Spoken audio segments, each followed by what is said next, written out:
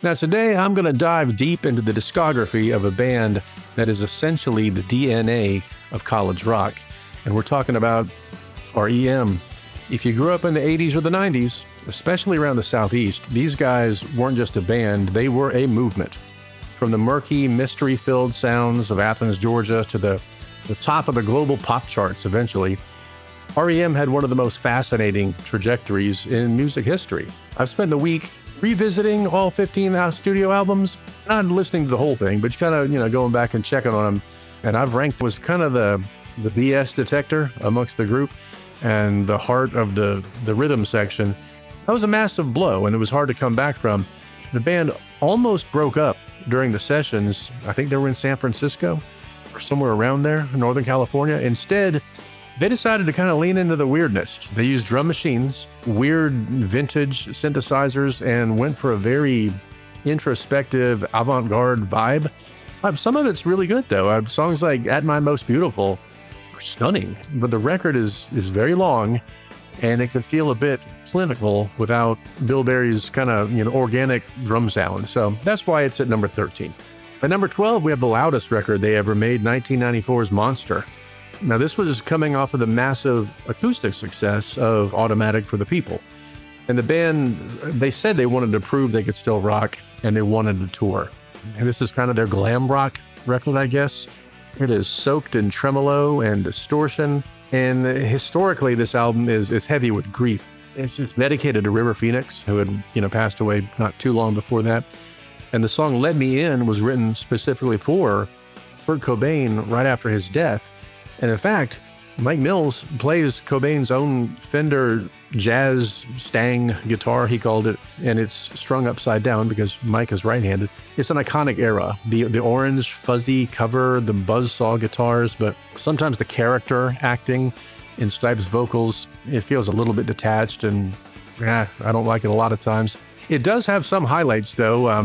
What's the Frequency, Kenneth is fun. Star 69 propels along nicely and could have fit pretty good on the later album Accelerate.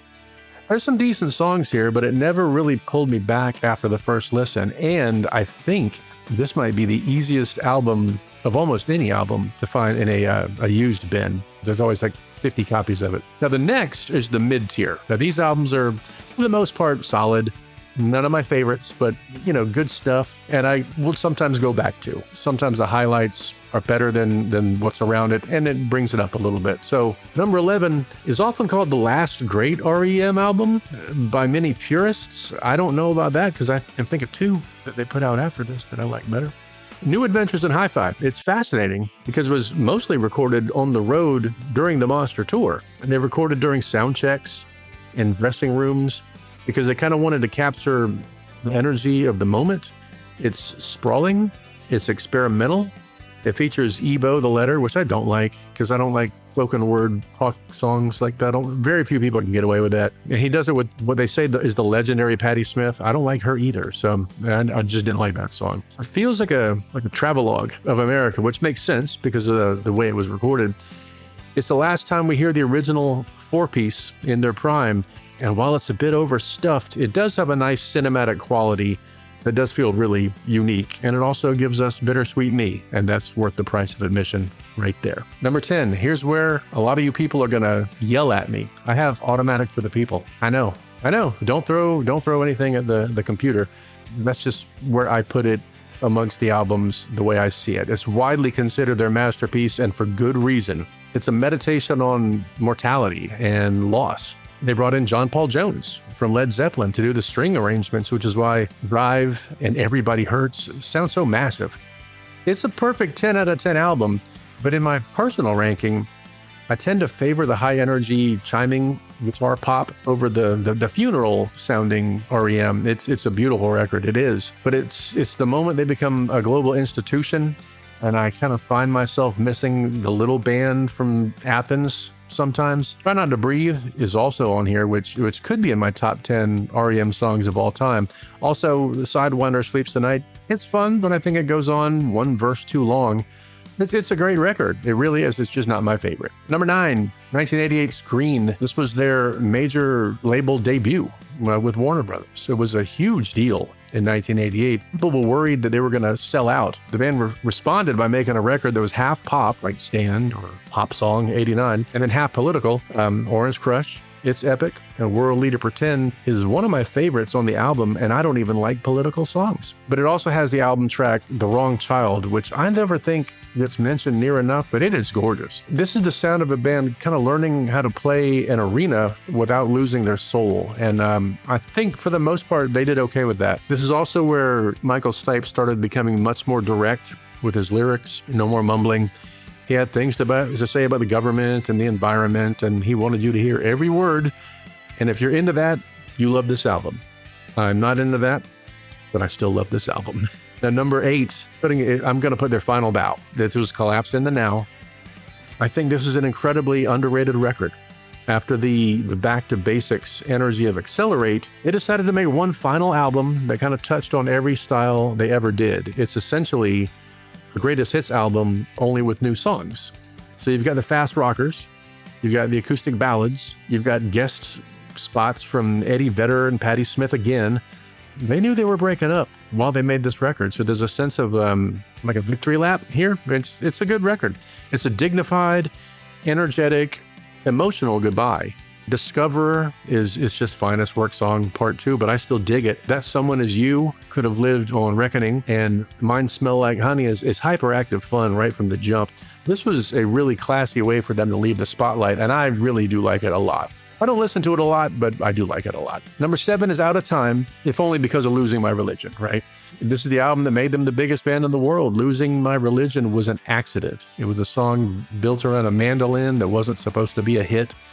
I mean, it doesn't have a proper chorus, right? But it kind of changed the landscape of the 90s. This album is quirky. You got KRS-One rapping on the opening track, and I'm kind of okay with it, even though it's a little goofy. And Kate Pearson from the B-52s singing on Shiny Happy People and Me and Honey. They like songs about honey, I guess. It's a sunny, experimental, and weirdly folk-oriented album for a band that was about to conquer the world. I mean, Half a World Away is a sad-sounding gothic country number, while Near Wild Heaven is quite possibly the most pop song they've ever recorded, and that's one of my favorites also. So now we're going into the top tier. This is albums 6 through 1.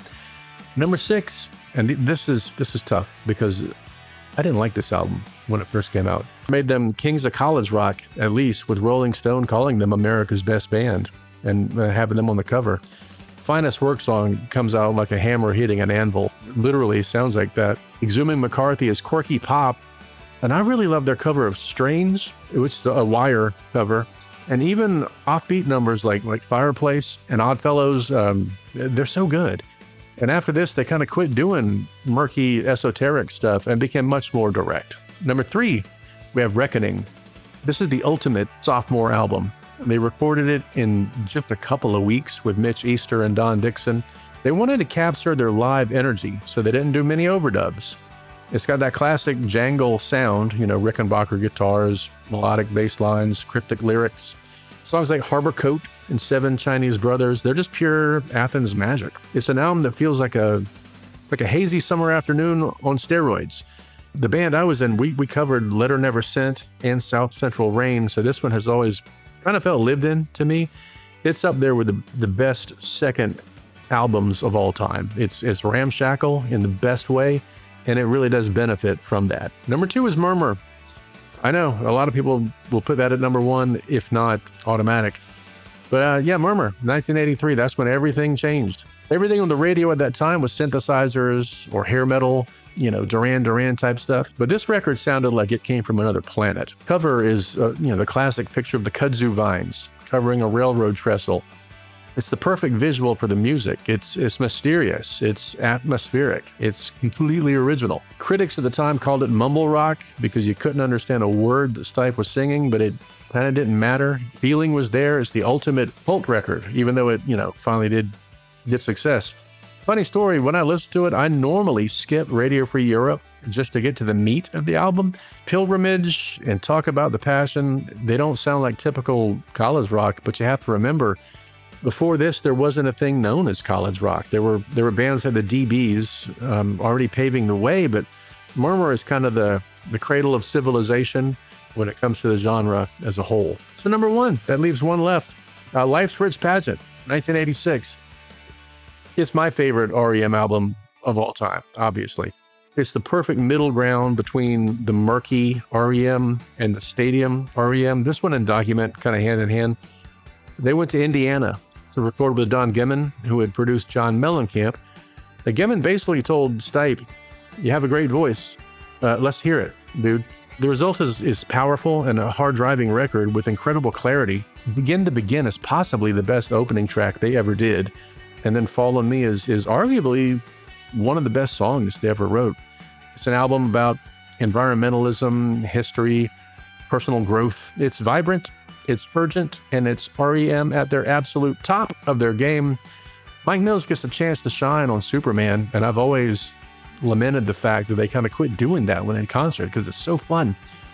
But, from I Believe to Flowers of Guatemala to These Days, and even Swan Hummingbird, Swan H, I think they call it on the album. This album hits damn near every beat perfectly. While the sound is more upfront, it did suffer from a slight bit of tinny production, but it has since been remastered, and it still just pops out of the speakers. That's a fantastic album. So there you have it. 15 albums, 3 decades, and one of the most important legacies in college rock, and maybe even rock and roll in general. Whether you prefer the early chiming years, the jangle years, or the big 90s anthems, you can't deny that the impact these 4 guys had on all of us. It was really good. But I want to hear from you guys. What did I get wrong? And I know I'm going to hear it. Where would you put Automatic for the People? Does it automatically go to number 1? Do you think Around the Sun was the dumpster fire that I think it is? Let me know in the comments below. I'll be ranking more in the future, so definitely leave me your ideas, and I'll take a gander. As always, make sure to like and subscribe. You guys know how YouTube works, and I'd love to keep this train rolling. At any rate, my name is Thomas. This is Nostalgia Academy, and I'll see you on the next one.